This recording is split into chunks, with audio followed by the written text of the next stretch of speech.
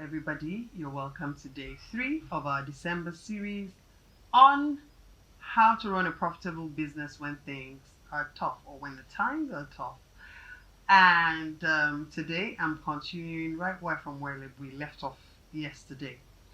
Of course, I'm staying with the fact that tough times never last. It's tough people who do. And how do they last? They last because when the time gets tough, the tough get tougher and they get going. So this time is the time to show your prowess, to show your leadership prowess, to show your thinking prowess, to show your creativity. And like I said yesterday, you have to start examining your options. You have to start examining your systems and your processes. So today I'm going to be talking very briefly, hopefully, about some principles that Toyota used to run a very, very effective business back in the day. I'm talking about two Japanese principles today, and that is the principle of Muri and the principle of Muda. Muri relates to overwhelm and overwork.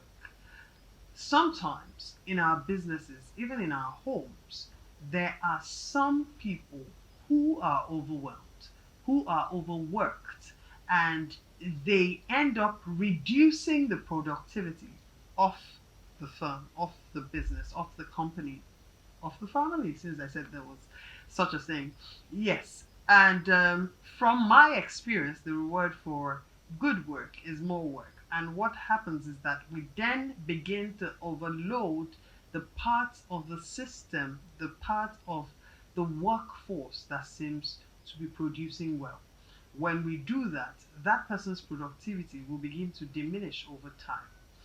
When the times are tough, this is the time to make sure that that person is producing optimally and then remove the overwork, remove the element of overwhelm. I'm sure you know that the car you use the most is the one that visits the mechanic the most. Yes, the staff you overwork is the one that will need to take more time off to go to the hospital. So, this is a time to determine what optimal work would be and then reduce the overwhelm so that at the end of the day, while you think you're driving productivity by increasing work, you are not reducing work by having more time being spent not being productive at all because we're trying to fix the result of the overwhelm that has been applied to that part of our business. So all the principles I'm going to be sharing require you to sit down and think creatively about your business positively. Tough times require more thinking time. The next principle is the principle of Muda. Now, the principle of Muda simply says eliminate waste. So, where is the waste in your business? Find it and then take it out. Who is wasting what? Are you wasting human resources? Are you using 8 members of staff when you need just 3?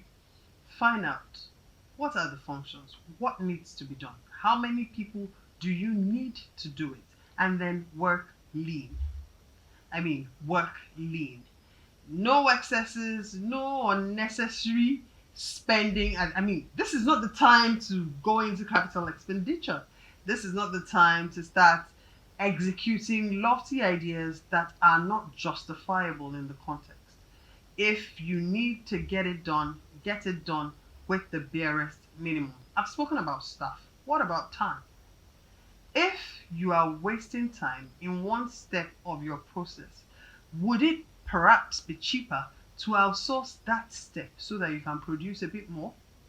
If the packaging, like I mentioned or described when I was talking about examining your process and finding out which one produces the greater results. Now, if we're examining our processes and we find out that it's actually cheaper to outsource packaging so that we can focus on increased production, the staff we're using to package, we now move into the production crew, and then we get more items. As a matter of fact, you might even be able to double the quantity you produce without dropping quality by outsourcing the packaging. Of course, this is a game of numbers. Check your numbers. It has to make economic sense for you to commit to it. But it's also important. Where is the waste? Are we wasting raw materials by cutting off the edges of some things and then it goes to waste.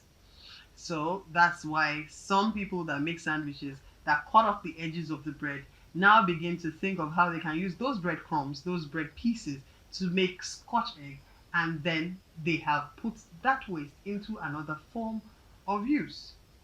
No waste. There has to be absolutely zero tolerance for waste at this time. Keep checking. Just keep checking. If there's someone that's overwhelmed, if there's something, a system or a machine that's overwhelmed, reduce the overwhelm. If there's anywhere a waste can be observed, plug the waste, make sure there are no leaks.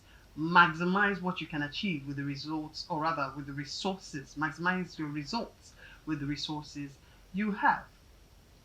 Now, sometimes it might not be cost effective to do your books yourself. By the time you're the one doing your accounting by yourself, without proper knowledge of how accounting ought to be done, you might end up shooting yourself in the foot by saying you're saving costs. And then, of course, this is something I always advocate. I'm sure you've listened to me talking about relationships. If you maintain very good relationships, you can actually get people to help you with your books at little or no cost. Or you can use your social capital to get people to assist you with your work at reduced costs.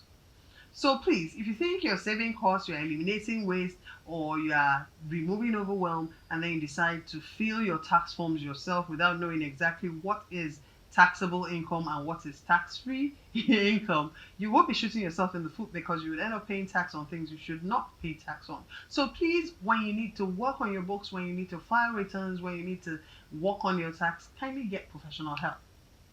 Professional help is available. Look within your sphere of influence. You're a maximum of 5 people away from the people you need to do the things you want to do. So check your sphere of influence. There's somebody who knows somebody that can help you out.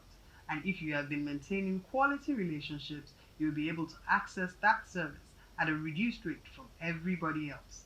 Okay, I think I've said too much in this particular episode, and I've given you so much to think about concerning your business. I think I'll leave you here, let you think about what you do, how you make money, and how you can work out the overwhelm, take out the overwork, how you can eliminate waste, and how you can use your social capital to get people to handle your books. I'll continue from here tomorrow. Please make it a day. See you then. Bye.